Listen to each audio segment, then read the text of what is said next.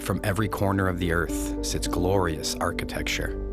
Magnificent structures that allegedly have no connection, yet very similar designs. This style of architecture, riddled with elegance and purpose, can be found in your neighborhood or in the middle of nowhere. And when you walk in, you are overwhelmed with a vibrant feeling of serenity. A feeling that modern-day architecture does not provide. The concept of a timeline that once existed, where structures were created with a completely different purpose. Yet, when we take a look back at who they told us built these structures, considering the timeline and the lack of technology, the story begins to crumble. And that story was taught to us all, during a time when we were too young to question it. But when you shine an unbiased light upon the history books, you'll quickly uncover the lies of his story. But even before Rockefeller and his goons started the Board of Education, they already had our ancestors, and anyone who questioned their narrative would soon find themselves an unwilling resident of the original indoctrination camps. And where did they come from? Where did we all come from? If knowledge is truly power, then maintaining such power must rely on the absence of knowledge. Are you aware that every major city in America experienced a great fire? Candle fires that turn stone to dust, leaving behind a crime scene that resembles a war zone. Let's take a giant step back. Perform our own investigations. Question the history that was written by these victors. With a growing nationwide lack of trust for our leaders, it's time to discover the extent of the deceit and where the lie truly began. What's being kept from us is huge. And you're talking earlier about the architecture. I really like to encourage people to do their research in their own communities, because you really do not have to go far to start chipping away at what they've told us and ask yourself a question: is this even possible? Is it possible that X building was built in the 1890s, and they're giving us timelines of like a year? It was built in a year. They want us to believe we didn't have the technology, that we were low tech, and yet we're building all of these amazing structures. This disparity between what the narrative says and what's actually there. You have places, cities in America that look as though they were constructed in medieval Europe, when nothing was here and people showed up and just got started building, from what we're told. One would assume that they would build with the means that were available to them. Wood, nails if they were lucky. What we get is this narrative that people were showing up and really making do with what they had. What we learn about in school is there was nothing here. This land was free for the taking. The only inhabitants were wild Indians, and we built everything here. Everything you see in this country, in North America, because we're talking about Canada too, was built by us. After we got here, nothing here. They had to change the narrative. They had to destroy the evidence. They had to come up with an explanation for who built this, why they built it, when they built it. And they had to do that for a lot of buildings. We are told that during the 1800s, the consensus of North America was low, extremely low, too low to justify the infrastructure within the timelines they've provided, too low to have the experience or knowledge on crafting these glorious buildings. They're the most exquisite buildings I've ever seen, and there was only a population of a few thousand people at that time. And then I'm looking and there's mud roads and wooden sidewalks. And then I'm looking at this building that is just, it could be out of Paris or Prague. It's not computing. And so I'm realizing there again, there's a whole bunch of stories that have to be dug into, rethought, reconsidered, and in some cases completely discarded. We no longer build like that. How does that happen in a realistic timeline? Wouldn't you be progressing year after year to have incredible buildings? Today, we would be building massive pyramids, massive courthouses that last forever. Instead, we have the complete opposite. And they're very cheap. The tools have upgraded supposedly, yet our construction has gotten worse. It's completely backwards. There's evidence of a worldwide culture that existed in the not too distant past, and the evidence is everywhere. It's an interesting thing because, like, I've spent a lot of my life looking into ancient history and traveling around the world searching into the past, and it isn't until recently that I realised that it's actually, I don't have to travel to Egypt or anywhere. It's all right there in Sydney and in London and in San Francisco, and it's all around the world. And once you see it, you can't unsee it. All you got to do is look at the civilization you're living in with the right type of eyes, and you're sort of looking around your city and you're going, well, hang on, what's this building doing here? And why is there a building just like that in the Philippines? Why is there one in Japan? Apparently Japan's borders were closed, weren't they? Why are we finding what we're told is Greco-Roman style architecture in every country on earth? Was it really Greco-Roman style, or is it evidence of a culture that existed, a worldwide culture that existed right around the world in a not too distant past? If I took a picture of this building behind me and asked any of these people where do they think this building is in the world, I guarantee you most of them would say Rome or Europe somewhere. But no, it's right here in San Francisco. We have buildings like this all over the country, and they want us to believe that they were built in the early 1900s or the late 1800s with horse and buggy. And there's just no way that's true. These buildings were built by the prior civilization, master builders, the old world order. This is the architecture I'm talking about.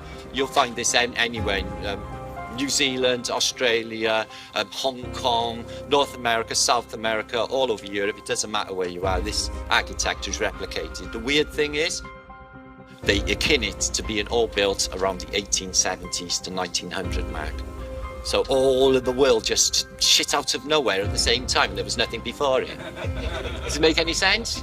I don't think antiquity is a long time ago. I think this civilization went just before us.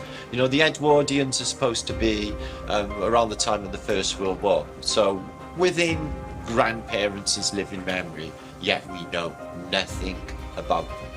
It's the control mechanism that covers it up with the education system. They got the news, they got the narrative, they got, you know, the mainstream to tell you how things are, but the reality is completely different.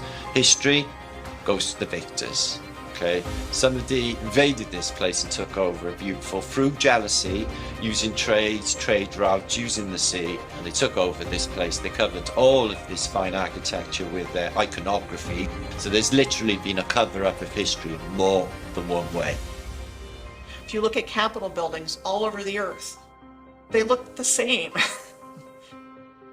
They do. They've got columns, they've got domes. It was not random. And every story we're told in our historical narrative about how a place got started was some guy was the first settler there, bought some land, subdivided it, sold it, and pretty soon you have a city. But the whole narrative is based, especially in North America, that there wasn't anything there, and we built it all. You could look at it, the whole building was a work of art. So there was obviously some pride that went behind that. It wasn't just about making money and throwing shit up as fast as you could. It was about building with a purpose, and that there was symbolism behind these things. They built them to last. They built them with a certain level of artistry and attention to detail and customization. You see, now you'll go through a neighborhood and every home looks the same. This neighborhood, perfect example. But everything had its own identity, and it was steeped in customization and ornate attention to detail. We don't get that now. You don't get that now. Even when you look at the beauty of the buildings from that Tartarian era, if people were actually paying for labour, and you had to get carpenters in there, no, you'd never build buildings like that if you're working by an hourly rate. You'd just be getting it functional. People used to build that stuff because they love to build, because beauty is actually a function. Beauty is actually a function of a creation. When you're living in a world of beauty, your soul expands, and it's expansive. You can create. You can become all that you can be. And if you can become all that you can be, you sure as hell don't need rulers. So that's why they don't want you to know about any of this sort of stuff. No, no, we're at the pinnacle of our civilization now. This is the best it gets. The best we've ever done. Look at the quality of these walls. Hey, fuck that Gothic shit. Look at this. You know? I mean, yeah. When I was like 8 years old, I started researching the pyramids and stuff because no one knew how they were built, you know? So I started looking into ancient history. And as I said, I'd spent most of my life traveling around the world looking at all these ancient sites, and then suddenly you see this civilization that's right there under your nose. It's been there the whole time in all of our Western cities. They covered everything up. It wasn't just inserting the Dark Ages, they changed everything. So when we start even trying to piece it together through the history that they've given us, how do we know any of these places are even the names that we're told they are? How do we know any of these things? How do we know any of the history is true? Because it's not they just put it all together and just shuffle the deck and throw it out to a bunch of countries and name them whatever they want. So it's become extraordinarily difficult to try to trace it through any mainstream history records. All we've got to really go on is the architecture itself. It wasn't thousands of years ago, it was just hundreds of years ago. Even if you go down to South America and look at some of the temples down there, the edges on them, the beveling on them, this is only a few hundred years old. This is not old ancient structures. These are new walls. I've gone there and looked at them myself. You know, nothing is what they tell us. You know, everything is a lie. It's just how big the lie is. You know, and the bigger the lie is, the easier it is for people to believe it. There's a lot of architecture in the world today on every continent of buildings that are much, much larger than you would think people of our height would build. And so I gave the example of the Supreme Court building in Washington, D.C. as being one of those buildings. The Basilica, the National Shrine at Catholic University in Washington is another example. A huge, huge building. Look at the Texas state capitol. It's incredible. You've got these pillars around the whole area. It's kind of the same thing as the Vatican. I do wonder about Iolani Palace. How old is it? And one thing to look at is it took them 2 years, from 1880 to 1882. How did they build that beautiful, beautiful building? Was that building here longer? Was it here before Captain Cook? There's no construction pictures and there's none of that stuff. So no power tools, horse and buggy. How is that even possible? When you have St. John's Cathedral in New York City, that's not a style of cathedral. That's the real McCoy. Could you imagine that being built today? I think that everybody would go crazy. They have no legitimacy whatsoever, except to trick us and convince us that they do. And that's how they've managed to get away with this. So they could insert themselves in and set themselves up as overlords. Stone building is not just something you can pick up and teach a convict in a matter of weeks, like we're told about Americas and Australia. Truly, that's how we're told these countries were built. Just extremely sophisticated and technical engineering involved. And you know, there's so many questions that come to mind. How'd they do it? If they were our size, how could they even accomplish this with the technology we were told we had at the time?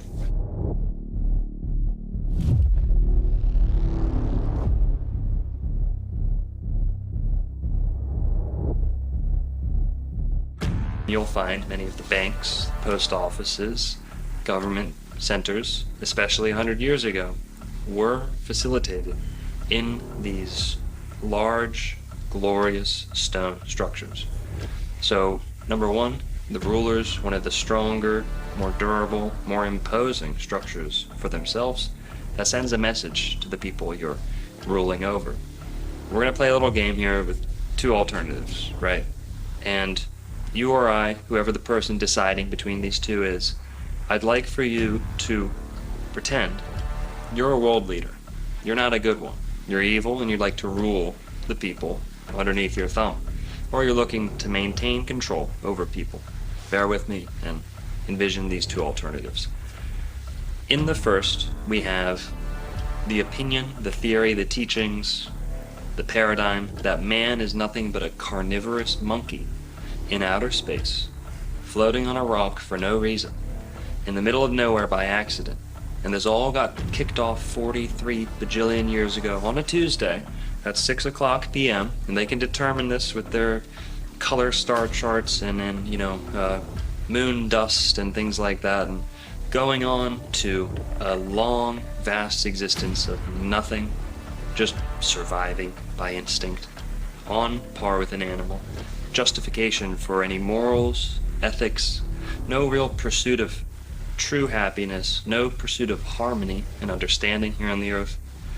And this is all what we're living in today. There's no spiritual accountability. There's no understanding of beauty. Well, on the other alternative, on this side, we have a purposeful creation, a purposeful design to not only the human being, but the entire earth, the laws of nature. No theories, only laws ingrained into existence, woven into the fabric of reality by the designer, the creator, not in a linear sense, not, back then, this many years ago or that. It doesn't work that way. This is the fabric of what we live in. There is a value placed on beauty. Why? Because God has a beautiful creation. In order to return the favor, mankind has an impulse to create beautiful things. In recent times, this has been robbed from us, but nonetheless, it's in the soul of every human being to not only value beauty, to seek it out, to place a high, high emphasis on it. This is how the ancients maintained their ways of life. Geometric, proportional laws of beauty.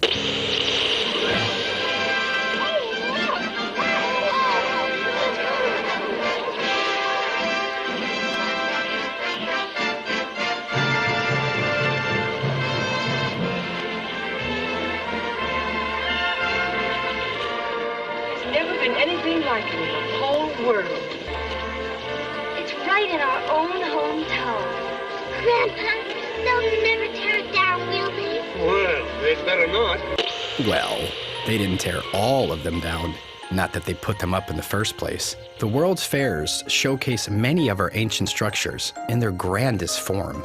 Yet, we are sold the story that these are alleged temporary buildings, all being built in record-breaking time for the purpose of a worldly gathering, a gathering to showcase new technology, or perhaps just taking credit for the old.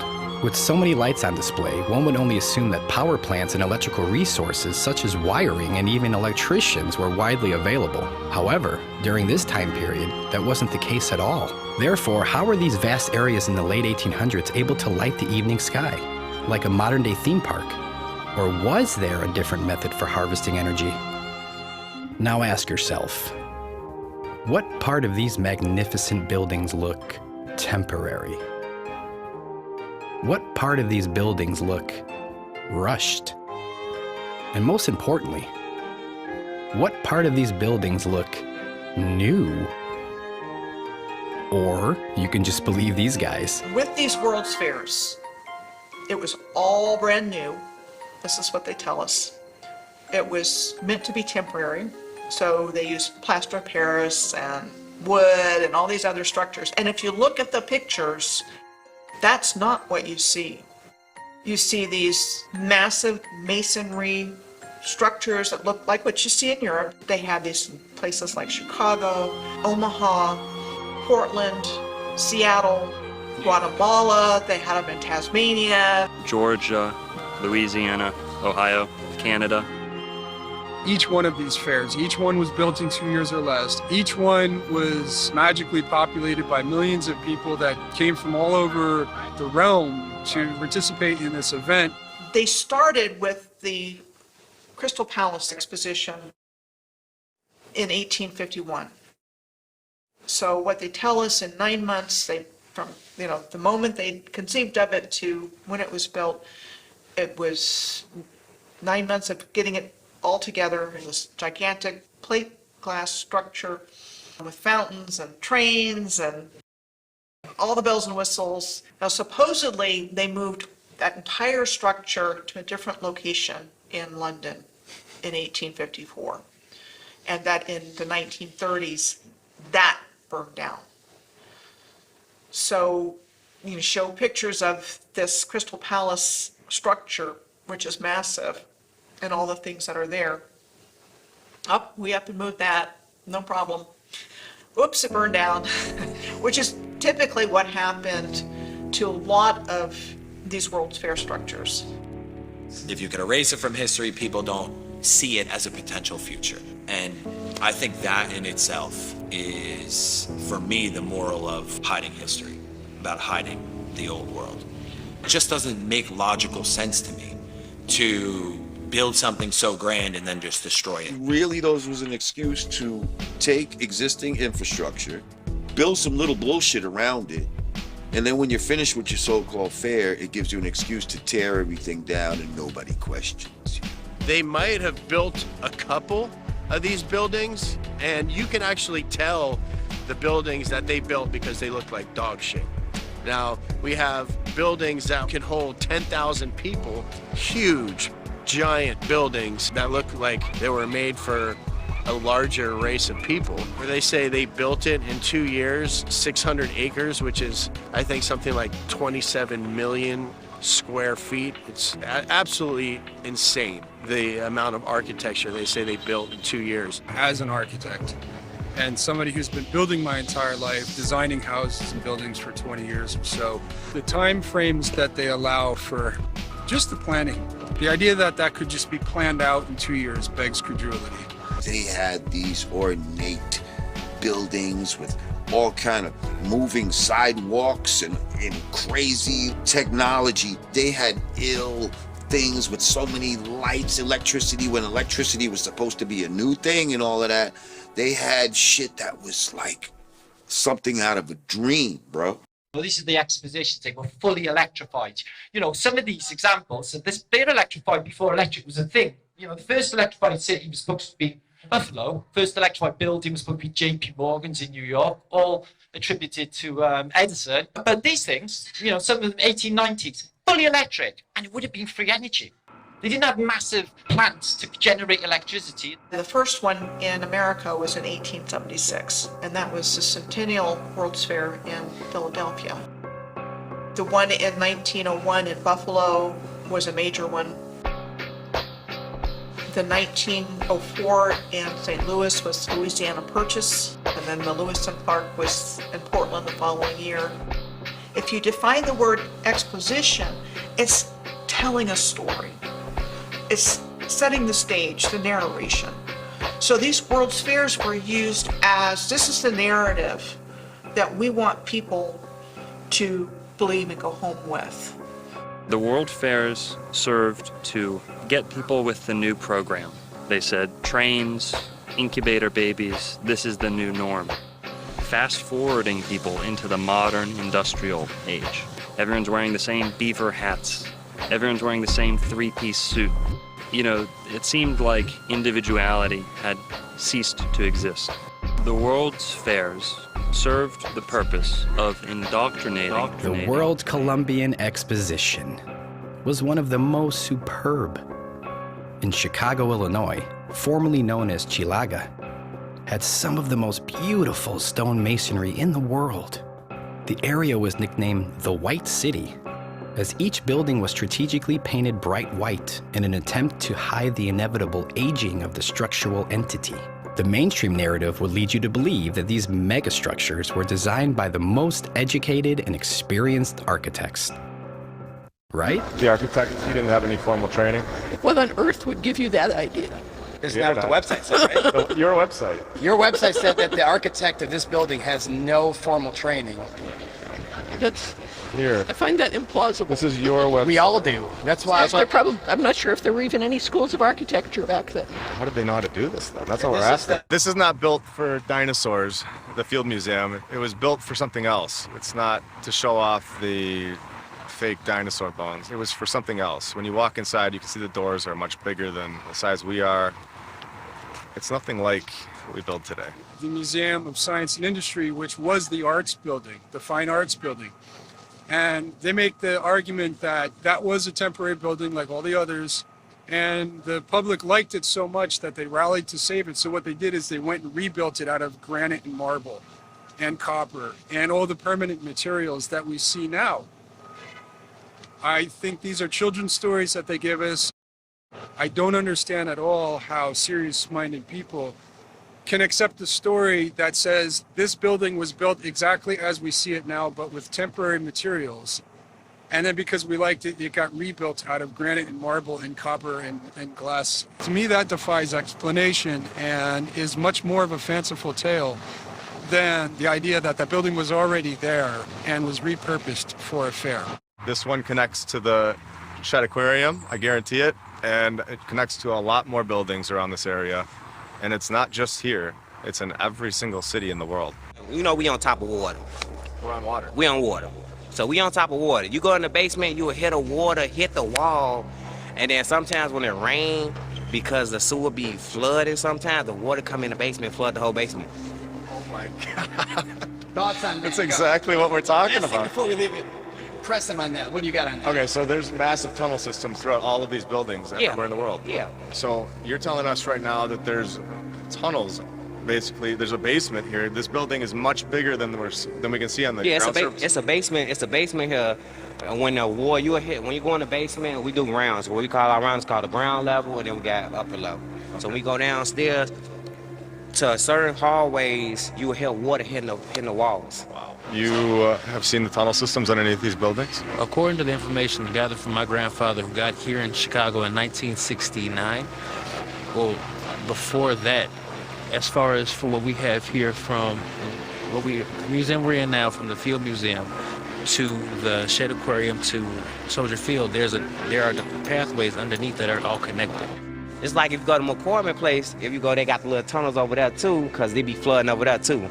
Really? Yeah. So it's connected, you think? Yeah. So this whole campus, the whole campus is connected. And we guess tunnels, I was told there's tunnels, you know what I'm saying? It's like the tunnels along the lake that you can go down there, and then it leads you into like a little path. But you know, I heard that from somebody that he was working for 43 years. Really? Been here for 43 years. He been here for 43 years. He retired, I want to say like last week sometime. Have you ever been in them?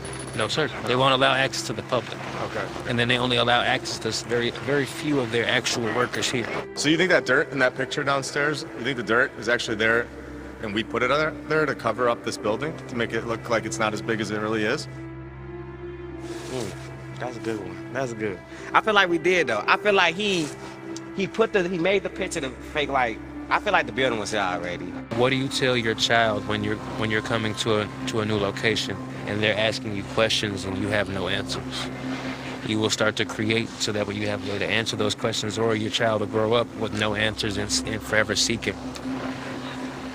So now we're here to give answers. There you go.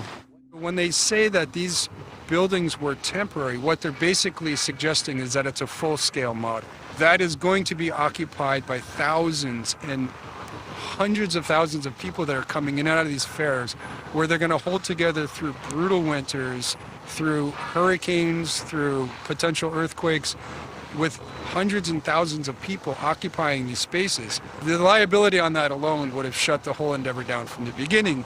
It wouldn't have been permitted. It's not the kind of thing that's permissible when you're talking about the building trades, when you're talking about a public facility where you're going to be bringing so many people. Now, this takes a huge infrastructure, and it takes a huge amount of people to do something like this. When you see these ridiculous construction photos where it's like popsicle sticks, clear manipulation. All right, so right here you can see they just put the scaffolding up, just like they've done in the past in the original pictures of the construction. Yeah, and they're doing it right now. How hard would it be to just make it black and white and then make it look like they're doing some construction right now? NASA's not the only company to fake a photo, guys. With a lot of these old, glorious buildings, regardless of where they are, you'll find supposed, alleged construction photos. Now, many of these will show simply scaffolding around an already constructed building. If you take an old cathedral and put scaffolding around it, and you're the first person ever to have that cathedral photographed, well, you are ripe to make a case for yourself that you may have built that to begin with, whereas you might have just been renovating that cathedral, repainting it, fixing it, old primitive photo manipulation techniques. Wooden sidewalks and mud roads, you have to be able to bring all the stone and brick and glass and copper and all the component parts. You have to be able to bring that to the site. And so just the roads alone, like you can scratch and sniff any aspect of this and the story starts to crumble. But if you're printing these in books or you're presenting them like on maybe a TV documentary, let's say, and it's just an image that's going to come and go, and 99.9% of people looking at them are not even going to scratch their head. They're going to just say, well, there it is, there's the construction photo, and I don't need anything else, because why would I question that? That's absurd. Also, you'll find good old-fashioned cut and pasted, someone with an X-Acto knife out in a early primitive dark room slapping together photos that actually don't belong together to begin with. This technology of its day was a sure way to make multiple images and combine them into one. There was no way the rewriters wouldn't need this for faking construction pictures. And no, it's not Photoshop, but the layering process is very similar. Victorian photography manipulation, using pencil markings and scraping techniques to draw, erase, and touch up any image desired. The easiest way to achieve your goals is to have a white background that you can remove later in the darkroom. Not uncommon for others to create trick photography and show off their masking and etching skills. For back then, this was the cutting edge of the start of this fraudulent society they've built.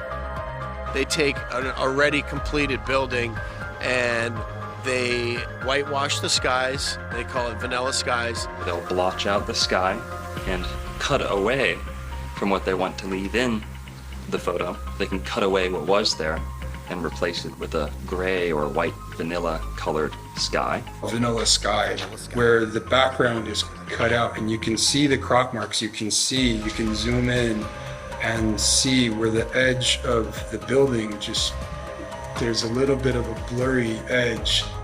The sky that would have been the background has been disappeared. It's like, well, why would they do that? If you see one construction photo that's off, where they've painted in scaffolding, or they've taken out backgrounds, you have to stop. Why did they go to the extent to do this? You have to ask that question. And if you see hundreds of photos that are done this way, you have to realize this was an industrial scale effort to create a narrative. Exquisite masonry buildings were built in 1 or 2 years. These take time. I mean, you put 1 or 2 years just into the planning. Well, before that, you have the engineering piece, you have the design. You're not just getting a bunch of artists and builders together and knocking these things out. There's architects involved, so there's the design. Then there's the engineering of it. All of this takes time. These buildings are years in the making. And especially when you're crafting every single corner of it, like what we're seeing every doorknob, every cornice over a window is celebrated. And this is why the architecture is so beautiful. It's an architecture of celebration. You have to ask yourself this. Why is there such a lack of construction photos from the inside of the buildings? The outside's incredible, but the inside is built like a palace. There's such a lack of photos from the inside of these buildings, and they're incredible. When you had the Kleksinski building in Chicago that took 14 years, and then you come back and you look at the one before that, the Federal building, built in 7 years. How is that possible? They're not gonna be able to bring these things all the way up to the top, get these people that have no training, and actually create this amazing thing that lasts forever. In a timeline where they tell you they were riding around on horses and wagons, where this should not be accepted. It's just not gonna happen in the amount of time that they're telling us. We know people cook the books in other areas. We know people have manipulated photos for the sake of deceiving people, just like NASA does. This isn't a new thing. It's an old thing, but it's still being done today. You find photo manipulation. Now, CGI, the techniques have developed substantially. But back then, they thought they were at the cutting edge. They didn't think that they would be caught on to. Or maybe they didn't care. Like, by the time they figure this shit out, who cares? We'll be long gone, and who cares? They have their stories. Everything has something to explain it within the last 100 to 200 years. I even called the Illinois State Archives building, and they didn't have information on their own courthouse that's located within 1 mile of itself.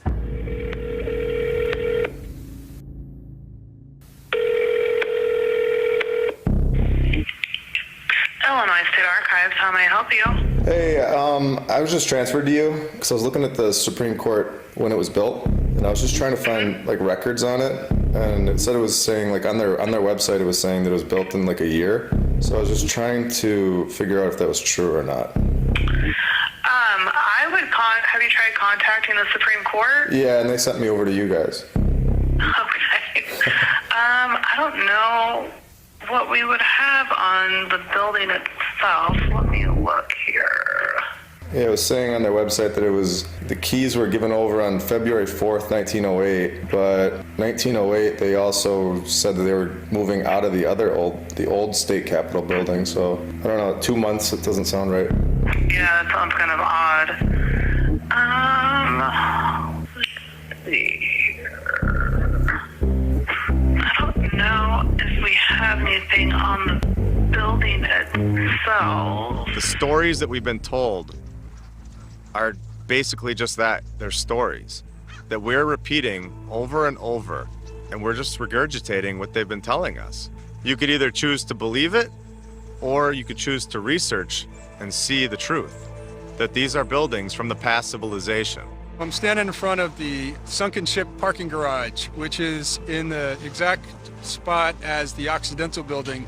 Now, the Occidental building was built supposedly in 1882 and was destroyed in the Great Fire. That was that giant masonry, massive 3-4 thick wall of just solid brick and stone that was somehow burned down in a fire. So this is what the modern era rolled out for us. We have the sunken ship parking garage, which is just kind of a thumb in the nose of this world that we're living in now. Yeah, salt in the wound, but I think it's just good that we remember the past and know what used to be there and the glory of the old world as it was.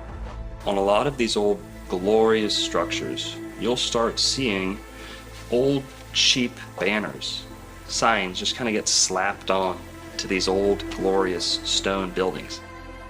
They simply don't fit together. These buildings were not intended to become money-driven establishments, and those they kept turned into such. It's funny that we never hear through the passing down of generations stories regarding any of the difficulties a nation would face building a magnitude of stone and brick palaces. Why are none of our grandparents or great-grandparents ever speaking highly of these buildings? If they were truly built in the early 1900s, do you think one of our grandparents would have been like, yeah, I was at the site and I'm so proud of building that, or my friend, I knew somebody and he was over there building that building? Not one time. Does that sound odd? In order to build some of these buildings in a year, you'd have to have hundreds of people, like daily, sleeping there. You'd have to have people with houses located on site because they got their horse and their wagon. Are they traveling home at night? Where are these horses staying during the day when they're building these buildings? And it just, the story doesn't add up. If it was really truly built, like they say, then there would be so much proof. And sorry, but saying that a photo wasn't available or hard to take back then, that's not gonna cut it. You've taken a photo before. Why couldn't you take another one? They transported all these materials from hundreds of miles away, and it got there perfectly. There was never an issue. It just isn't logically possible. As an architect of 20 years, I have a pretty good understanding of how materials react to the elements over time. The modern infrastructure of Seattle is at best 140 years old. There's no room in that narrative for a building to be showing the type of weathering that we're seeing beyond. So just to me, that one building alone is further evidence that this city was here for a long time. To me, it's been there for centuries. I would give this building 300 years. I like to look at a building as telling its own story. I'd like to say that stones don't lie. Stones are always going to tell you the truth. And if you look at it through that lens and you let it tell its own story, then something else emerges entirely. There are blocks, stones used in some of the constructions of places like Machu Picchu, even St. Augustine, Florida, just sitting there, a hewn stone that no amount of men could have dragged. It would have taken something larger, something more technologically assisted. That is, of course, unless we're talking about people of substantial size. In many ancient books all over the world, they speak of giants that existed and alongside what we would call regular-sized people now. People who were larger might have had an easier time hauling, hewing, placing, arranging stones of this size that we see in the megaliths of the Americas, that we see in the megaliths of the whole world, may have been the result of giants.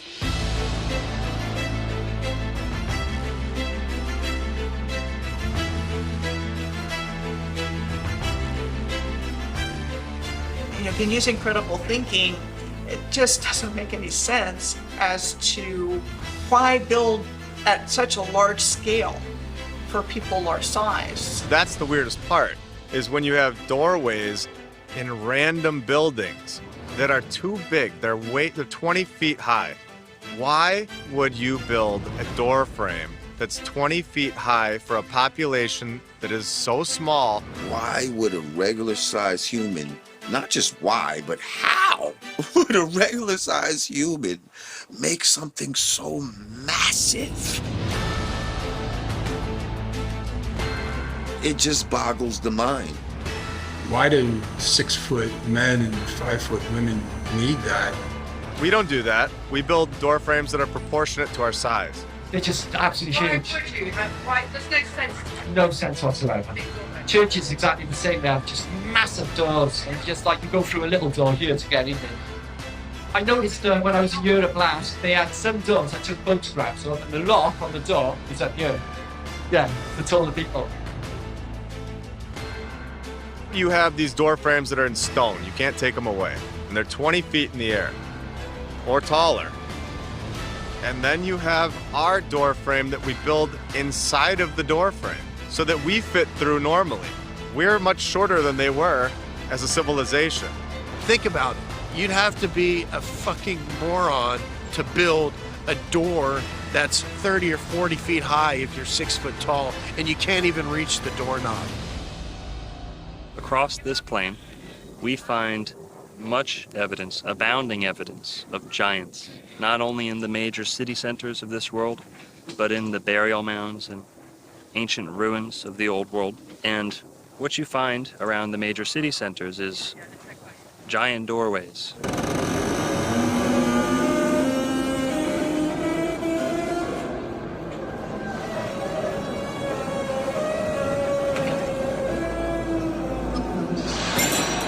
We had giant books. We had giant helmets. We had giant knives, giant samurai swords, giant rifles. We had giant shoes. We had giant crowns. We had giant typewriters, giant bells. Giant this and that, things that don't seem suited for the average sized person, even on the taller side. It just doesn't make sense. And to think that large communities of people got together and built structures that were excessive, costly to begin with, but then you're adding the factor that they're building for a greater size than they need. It's not very cost efficient. It's not in line with what we're told about frontier America. So even just compared to me, in terms of a hip placement. My knee is up here, and I'm 5'11". So these are really large individuals. Really large individuals. And then when you think about it, it's not even that big of a deal, really. Like, what's the big deal? There was giant people.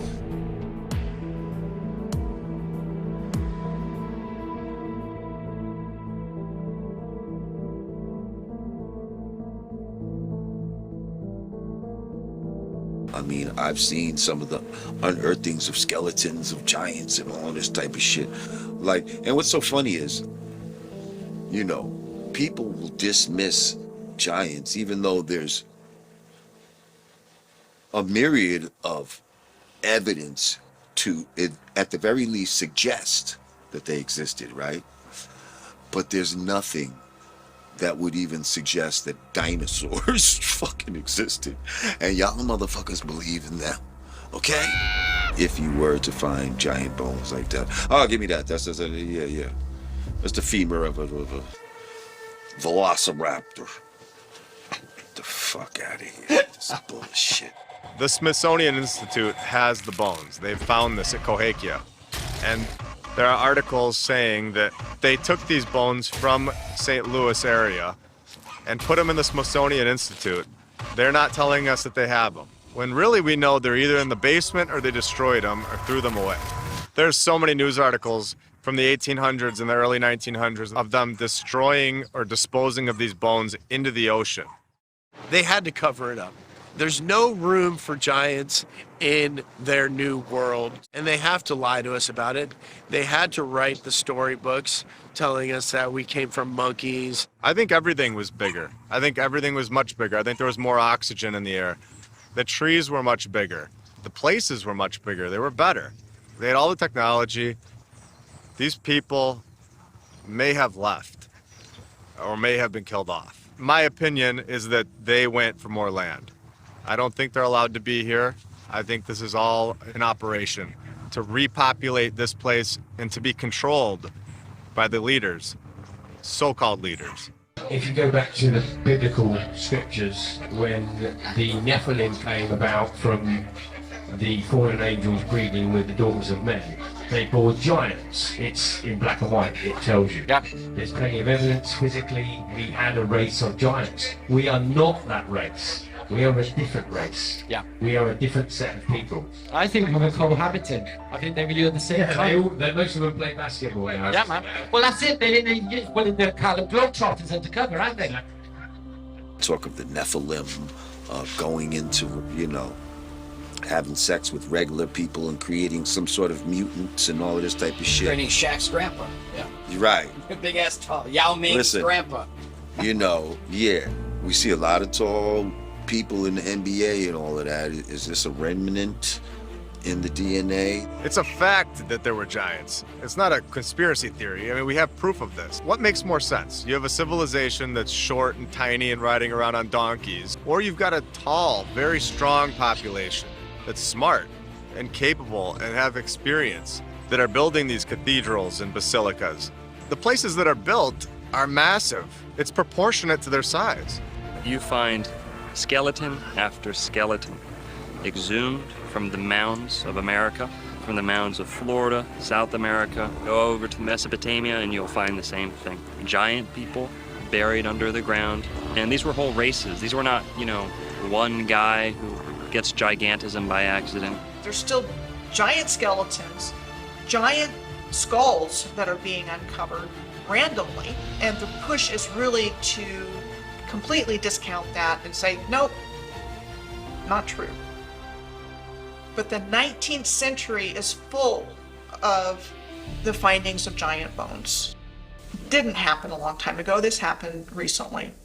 Human history is framed as to convince the average Joe that all of the luxuries, the benefits, the technological advances in their life, all of those things are the mere fruits of the industrial age and an industrial way of life, and the banking systems that followed, the methods of travel that became cemented after the industrial age. In the 1800s, all of the world's inventions just shit out of nowhere.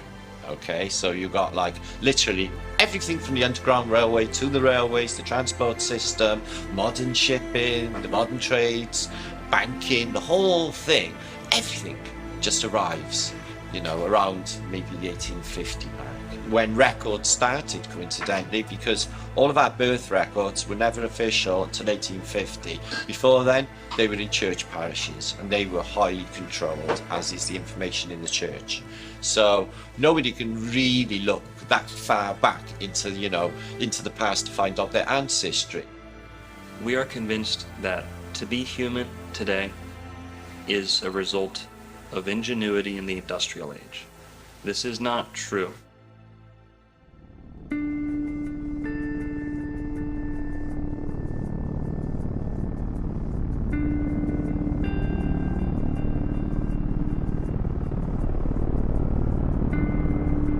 Another element of history they've conveniently helped you forget about. A luxurious form of travel that was promptly removed from our skies. Airships are the oldest form of air travel. They're the most time-tested. Now, they've been taken out of circulation. A lot of people have the false impression, misconception that if you were traveling on an airship, you would be confined to the little cabins that were suspended from the bottom. You know, like the pilot's cockpit. You'd probably feel a little iffy about those coming down, being on the bottom of the ship. It's coming down, you look like you're gonna get smushed. Well, that big blimp is not just a balloon. In many, many airships of the old world, you had access into that large cavity of the blimp. And there were restaurants, there were bars, there were dance halls, things like this. This is all a matter of fact. Why would they build such a big thing and not put anything inside? So it's basically like a cruise, but a comfortable cruise where, you know, you're not sitting in the bottom part of the airship where they normally show you on a blimp. You're sitting in the airship. It's a beautiful place. A beautiful, easy, graceful method of travel, flush down the drains. They're actually safer than airplanes. And what we had was a mass media event in the form of the Hindenburg, which actually scared most of the world's population away from ever getting in an airship again.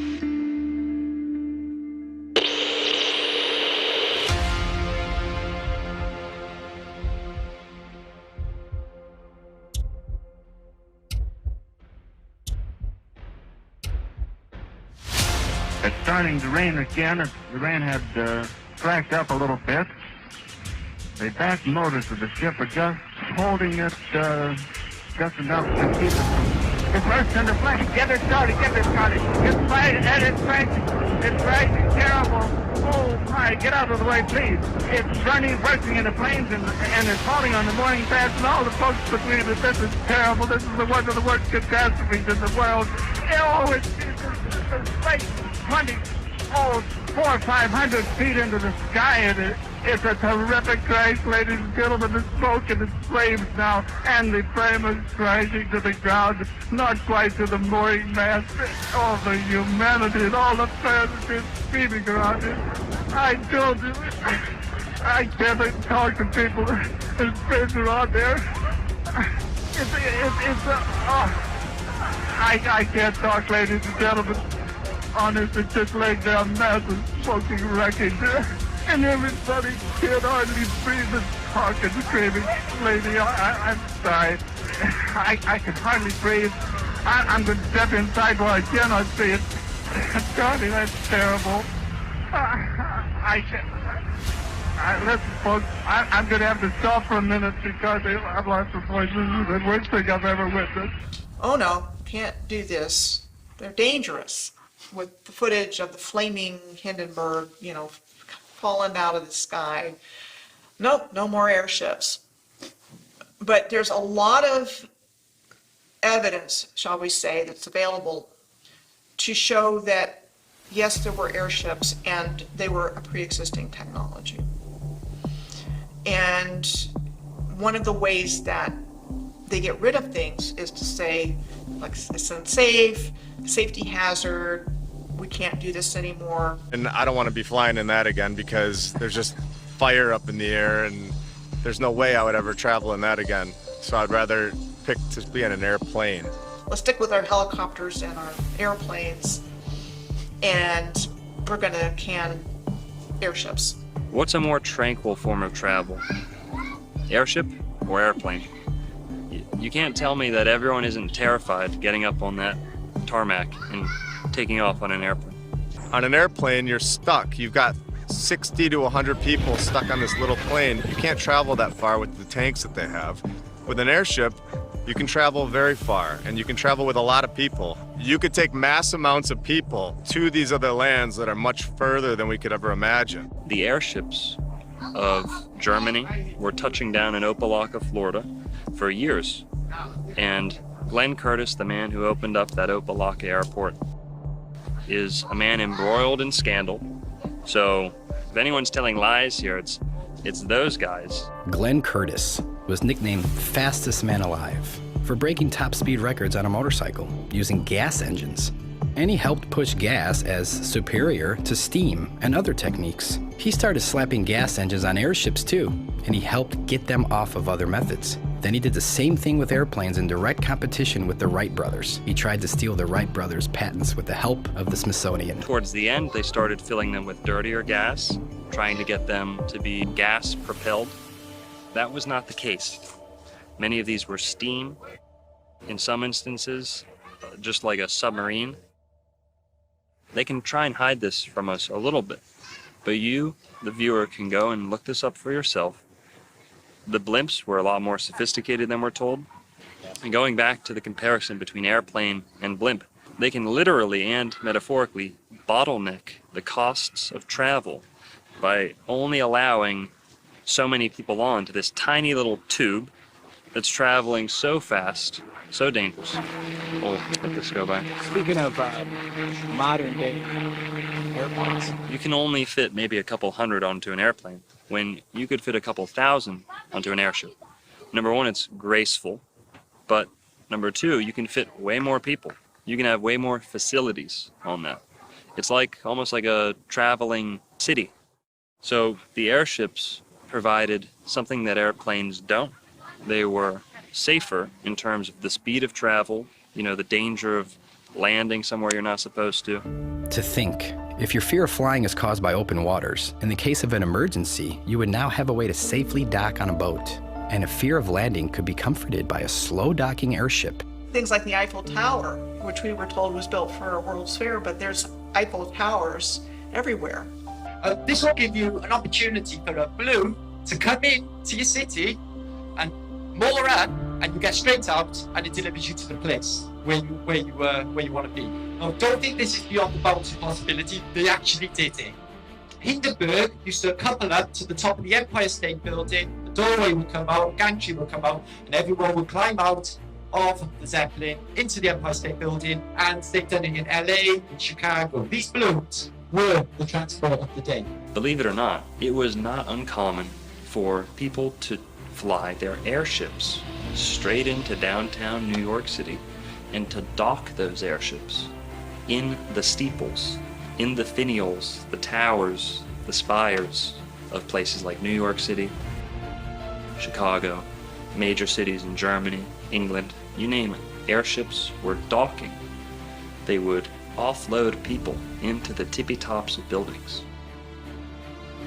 I think that there was more than just airships. I think that the technology goes further than that. I think that these things were much more powerful, and I think that they went further than we can ever imagine, to lands that we're not told about.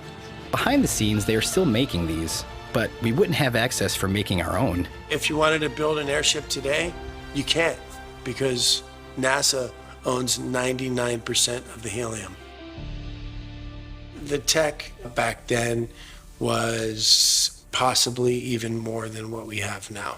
There's videos in the 1930s, 1940s of hoverboards and portable scooters that ran off of electricity. They used to have self-parking cars. Right when photography was invented, you have these electric trolleys running wireless around cities. 20 years later, they'd all be breaking down, then went on to wires, then went on to the slower Edison electric grid. And remember that they have much, much more than what they're giving us. They are slowly giving us back the technology that was once here, that they found from the previous civilization. It's funny, right? Because they drop it back in doses, pretend like they're the heroes to reintroduce it. But meanwhile, that very thing that was designed to create freedom and creativity within humanity is now spun to be used for manipulation and control. But it's dropped in those doses where we just accept it, and the line gets pushed further and further and further, and people just sit back and they're just like, this is life.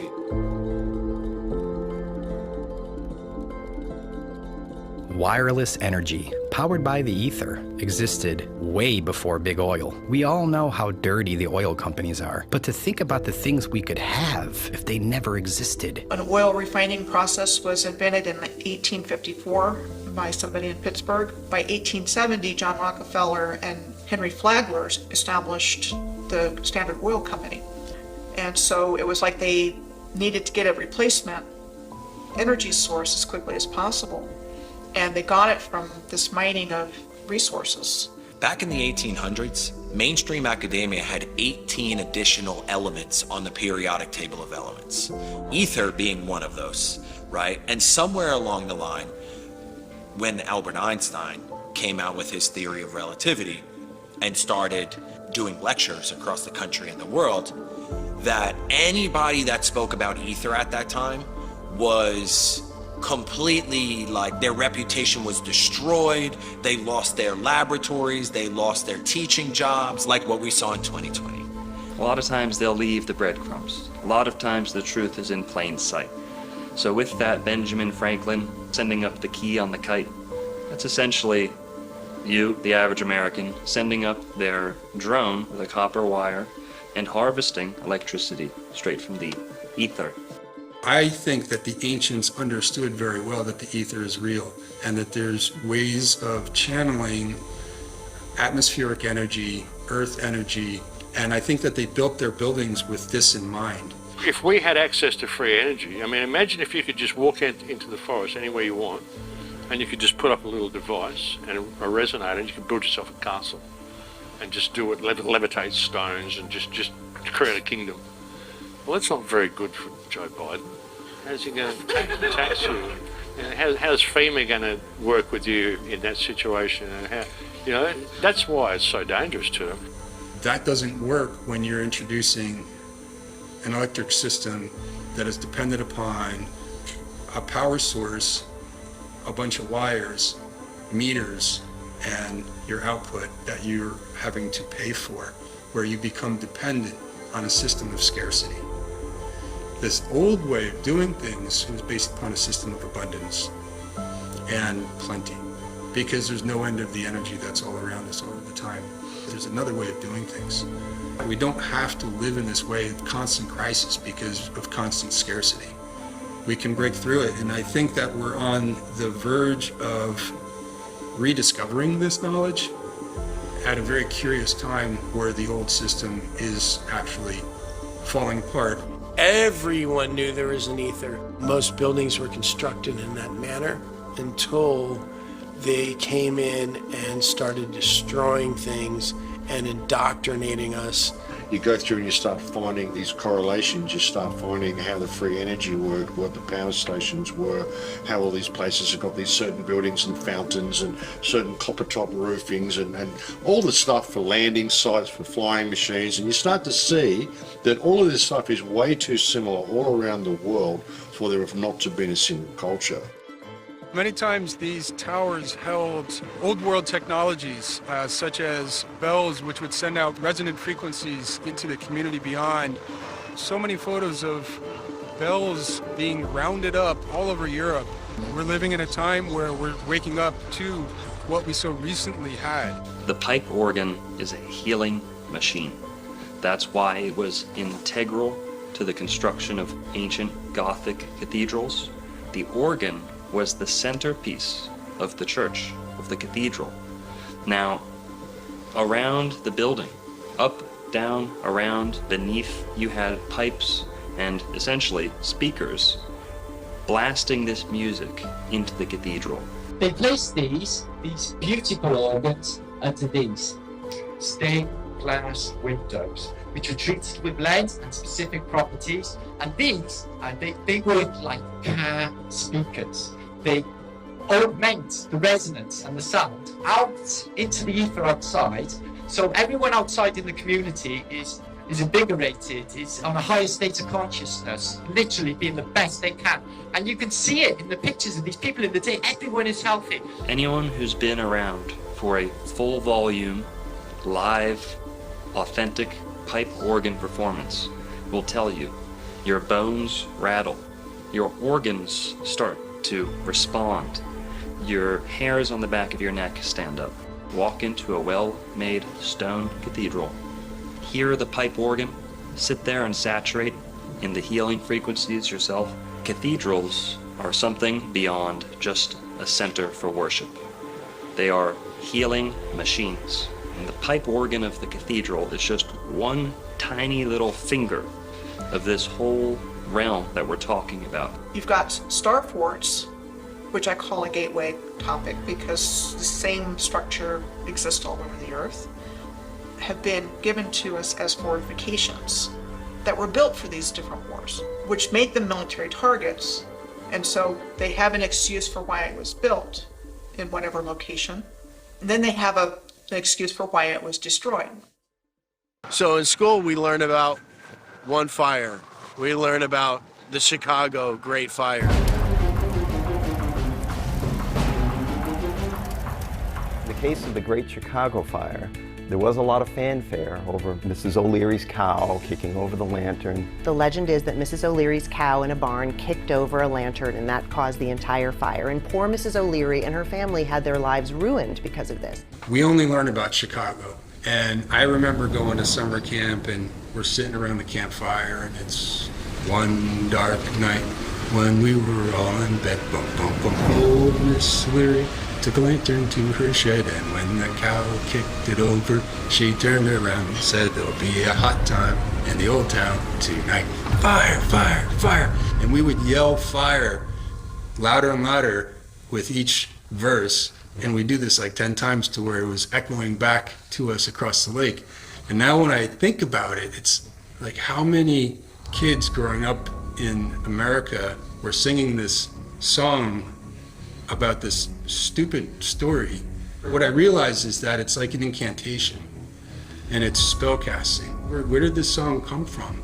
It's a story that they wanted the population to come to embrace and believe as part of the founding mythos of the country and who we are as a people.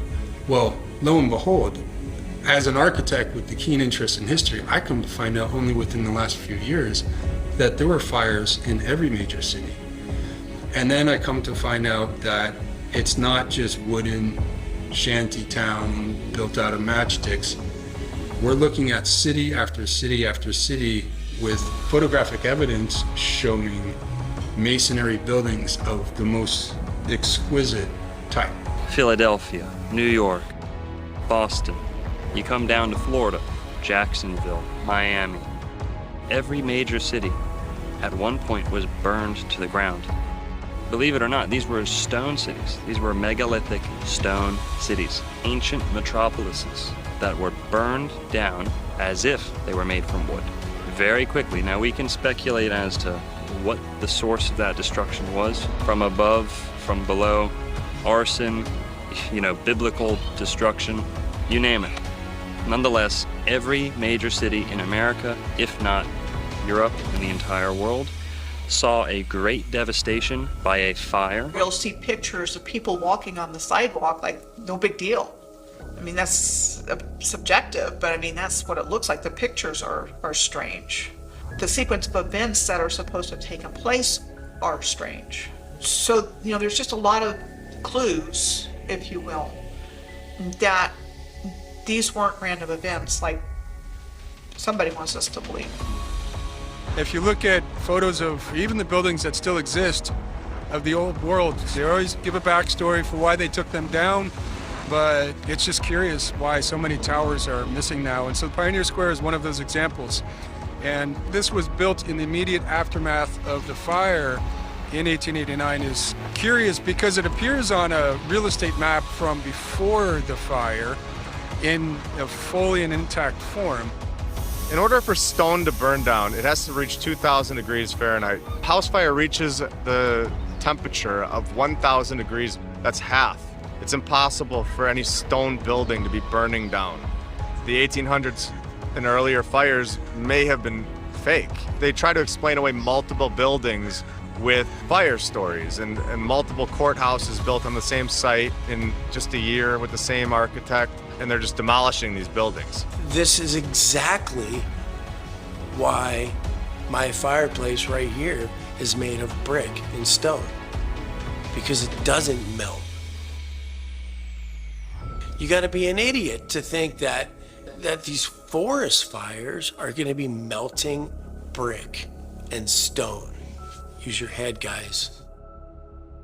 As they are busy dismantling it in the 3D reality that we experience, it was part of a program to dismantle the old world and shock us into an acceptance of basically the new world order. And that's why I wanted to speak to you today about the new world taking shape around us, about the prospects for a new world order now within our reach. It's the new order, Babylon banging down your door. The war pigs hungry for war. We rally the troops and raise the sword, once and for all. It's the new order, Babylon begging for your souls. They coming and they want control. Yeah, they coming. We burn their system to the floor, once and for all. Listen, it's time to wake the fuck up.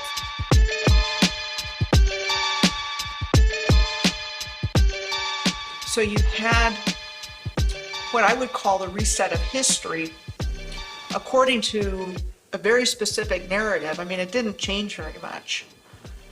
And using the media like they do today to publish it, print it, this is what happened, these are all the details, these are all the people involved, we got it down on record. So again, they're saying, okay, everything was built out of wood, like a Hollywood movie set. Didn't hold up, it caught fire. So we came in and we built all of these beautiful structures to make sure they wouldn't burn down again. And that is told repeatedly. You look at any major city, they suffered this same fate.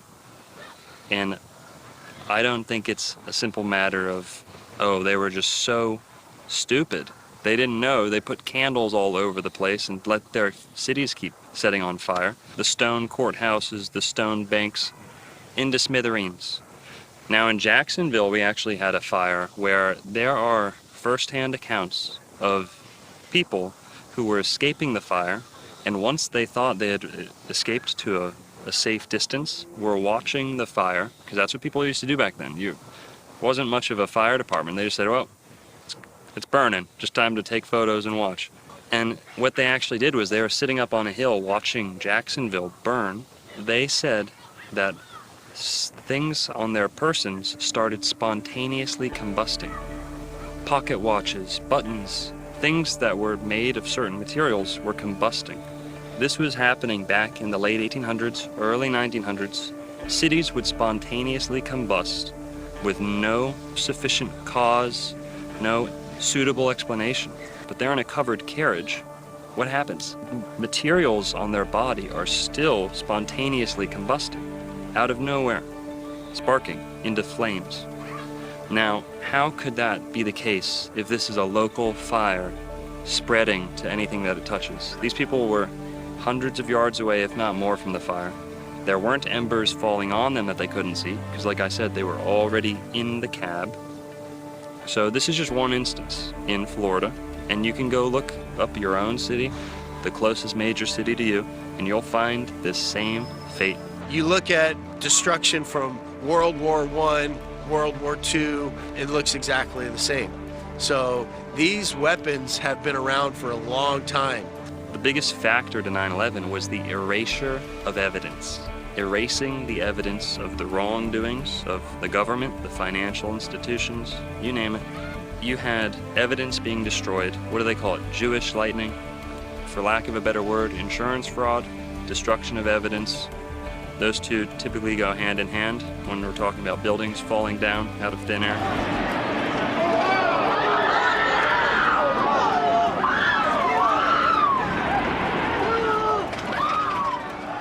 Seattle burned down, the downtown. 2 months later, Ellensburg, which was at that time a major city in central Washington territory, burned down. 2 months after that, Spokane, which was another major city on the eastern flank of the territory, burned down. And when I discovered that, I just went, hold on a second. Like, there's something else entirely going on in the backstory. It's like they want to get rid of these beautiful structures. And some are still in use, but the ones that are inconvenient to the narrative, they just want gone. And there's also probably a component of the energy grid in all of this as well, because they keep what they can use, they keep what benefits them, and at some point they determine, okay, we don't need that anymore, for whatever the reason. Part of the story of the fires is that the fire chief wasn't in town at the time. He was away on some conference. And so the command structure was broken. So the mayor at the time in Seattle was the one that was calling shots. And he was making decisions that they should go in and make what they call fire breaks between buildings, meaning actually bringing dynamite into buildings and blowing them up. And that's acknowledged. And that's acknowledged in Boston, the Boston fire, in city after city, what's called a tactic to contain fires. And then they often say, well, look back in retrospect, maybe it wasn't the best idea. Well, what was causing these fires and what was causing this type of damage in the first place needs to be examined. So when you have a broken command structure and somebody else is calling the shots, that's really curious to me, because that's the same thing that happened in Lahaina. The wildfires that swept through Maui are the deadliest in U.S. history in more than a century. On social media, people are speculating about what could have caused the fires. One trending theory is that the fires started due to an attack from a directed energy weapon. They're weapons like lasers that use energy fired at the speed of light to damage or destroy targets. According to the U.S. Government Accountability Office, many countries, including the U.S., are researching their use. Yep, they flipped the police chief Pelletier, who was from the Vegas shooting. They made 10 emergency declarations all about Uncle Billy's and all about Banyan Drive and all this stuff. And to believe it or not, the Sunshine Law, where they removed the Sunshine Law or suspended it, it wasn't in these 10 proclamations that they really promoted and really blew up all over the news. It wasn't in any of them. It was in this quiet little Affordable Housing Act on the side. Truly, it does look like only the places they wanted. Safeway didn't get hit. The gas stations didn't get hit. They knew what was going to go where. It's either they did it from the top with the laser energy weapon, like others say, or it came from the bottom. But one thing was crazy is that over 24 hours later, they were still letting the fire burn. The fire was blowing so fast, the wind, it said it moved 1 mile in 10 seconds. I would think in my head could move 1 mile in 10 seconds. Some kind of boom one time, the whole place. With the fires from Maui, I mean, I've got these rows of cars that are just completely burned. Honestly, none of it looks like a fire. It looks like it's been destroyed with like some weapon or something from an angle. Just completely destroyed by a direct energy weapon. Just buildings sliced in half. You have melted cars, you have melted everything. I mean, it just completely looks like a war zone. Send a laser from a directed energy weapon against the community and then step back and say, oh, that was natural, or too bad, so sad. And all those people are left homeless and they don't get any help. And people aren't being allowed to get out of there. When it's happening, they're jumping in the water and poof, and everything looks like, cars are burned out. And people are going, whoa, what's going on here? And they're not getting any answers. And the current administration also has the slogan of Build Back Better, which was the excuse given for these other great fires. Well, everything was wooden. So look what we did. We built it back with this solid brick. I think what we're seeing now was never supposed to happen this quickly. I think all of these things were supposed to happen without us even being aware of it. I can only think, why else would you want to do that? You know, it gets rid of everything. There's no fingerprints. There's nothing. It's done. There's nobody to talk. They get rid of all the buildings. What stories is there to tell? His story is what they're going to tell. It's what they did tell us. Distorting a timeline, laced with cover-ups and preventing public awareness of our own cities being destroyed. How powerful are these weapons? And when did they truly originate? So this frog should have turned to ash. It even has some ashes on the bottom. It's kind of gray. And it got a little bit on the edge of some heat, but it didn't contort it or anything. It's just perfectly symmetrical, petrified. And it seems mostly hollow,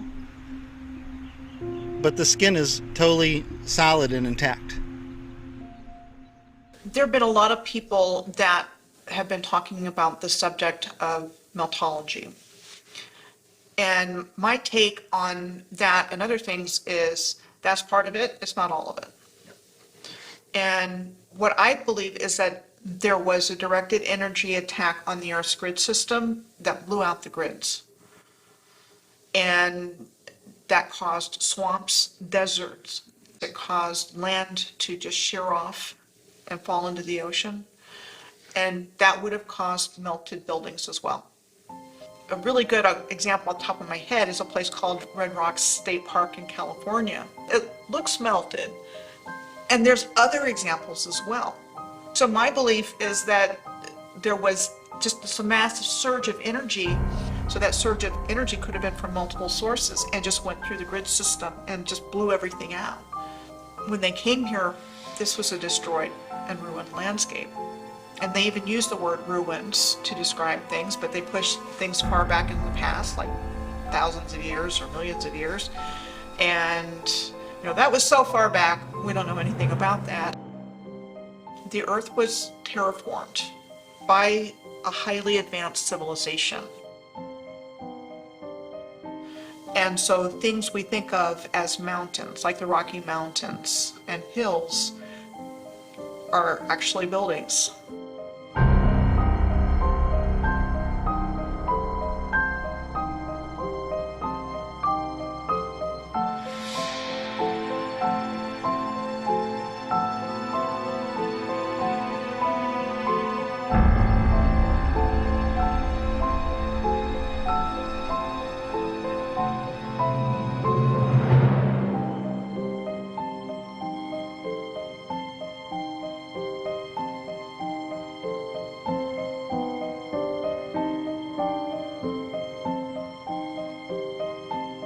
When you look at the city of San Francisco in the early 1870s, and not a soul around, vast emptiness with a fully intact city, and nothing's out of place except that there's no people. And so what it looks like to me is they went into a city that was already there.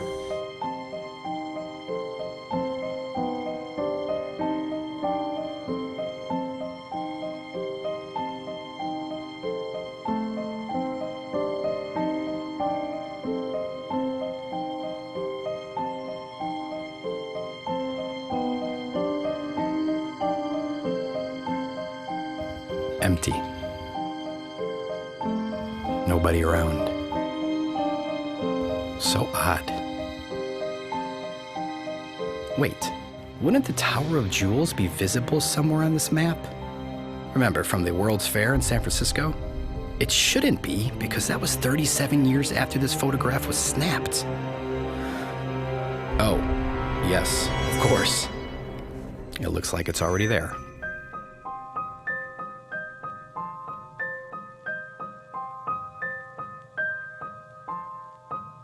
With the World Fairs, it does seem that The purpose of them was to provide us with a new narrative and bring the population to them, just overwhelm them with this fantastical realm that they were now going to internalize and then burn it down in almost like a ritualistic fashion to sear this into the consciousness of the people.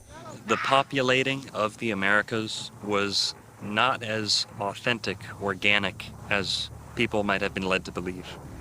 There was a large system of what people have termed orphan trains, incubator baby farms. A lot of these were housed, hubbed in World's Fairs. You had incubator babies at the World's Fairs. Buy an Asian baby, buy a Filipino, buy an African baby. I think part of it was repopulation. I think part of it was early child trafficking. Premature children were in these incubators. You see pictures of these, nurses in their uniforms in a room filled with baby incubators, with people paying admission. With our increased awareness today, we've got things like Planned Parenthood and other things going on. There are companies that mail kids. There's a online business where somebody can place an order for a child based on eye color or whatnot, and they get delivered. That's not good. And I think it's the same idea that there's this harvesting of humans going on without our knowledge and awareness, and unspeakable things happening to children that got its start very early on because the same families are behind it. And you would see this mass migration of orphan trains and orphan boats, and you're like, first of all, where are all these fucking orphans coming from? How many orphans were there in the 1800s? Why?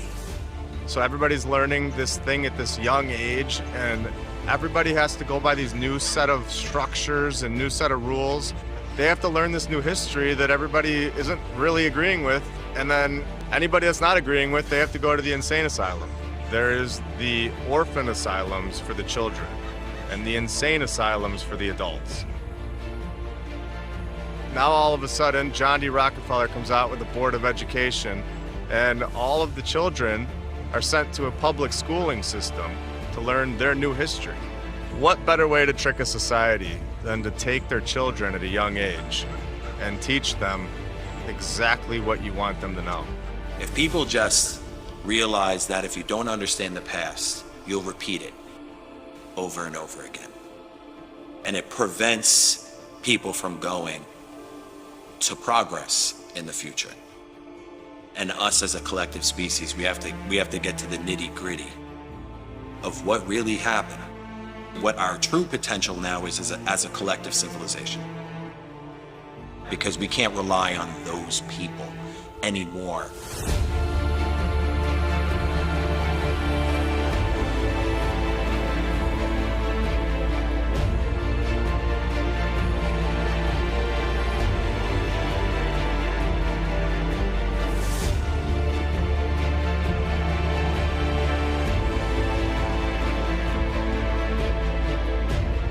How does any of us know? And I would ask my father this all the time. I would say, Dad, how do you know you have a great grandpa?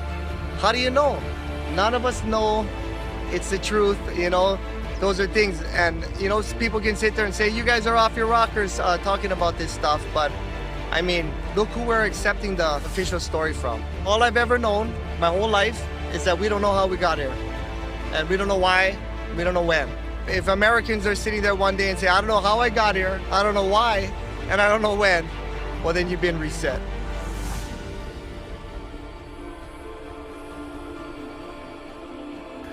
Don't believe what we say. Go out in your own communities and do your own research. There's plenty of buildings that they left for us to examine. Once we can all wake up collectively, then we can come to realize what they have truly done to us.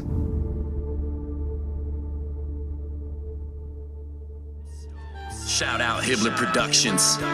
Check this old world order stuff out. Here you go. A true gem. Firm Fam 2024. Sift through the lies of indoctrination, ancient civilization laid to wasting. More I scratch at the surface, more I'm facing. Hidden no world, advanced not cavemen. Free energy before the lies of the Masons. Flip the script and change the whole situation. American cities found not created. The tech of the giants, colossal creation. What lies had they hid from us in plain sight? The power of the ethos to feed them free light. Structures weren't built by horse and buggies. Huge slabs of stone, masterful, not ugly. Old photos, show marvels, it's been there. Miles from quarries, not anywhere near there. Research the old world right now, I declare we taking back our world from those who feed fear. Yo, it's that old world order, the new world slaughter. Don't drink the water, raise sons and daughters. Teach them the truth, blessed from the Father. And rip the chains right off us. Yo, it's that old world order, the new world slaughter. Don't drink the water, raise sons and daughters. Teach them the truth, blessed from the Father. And rip the chains right off us. This is the age of Tartaria, massive mud floods and real history, not the Chronicles of Narnia, where the Tesla get his coil, sustained energy, not the Rockefeller's oil. Who writes history?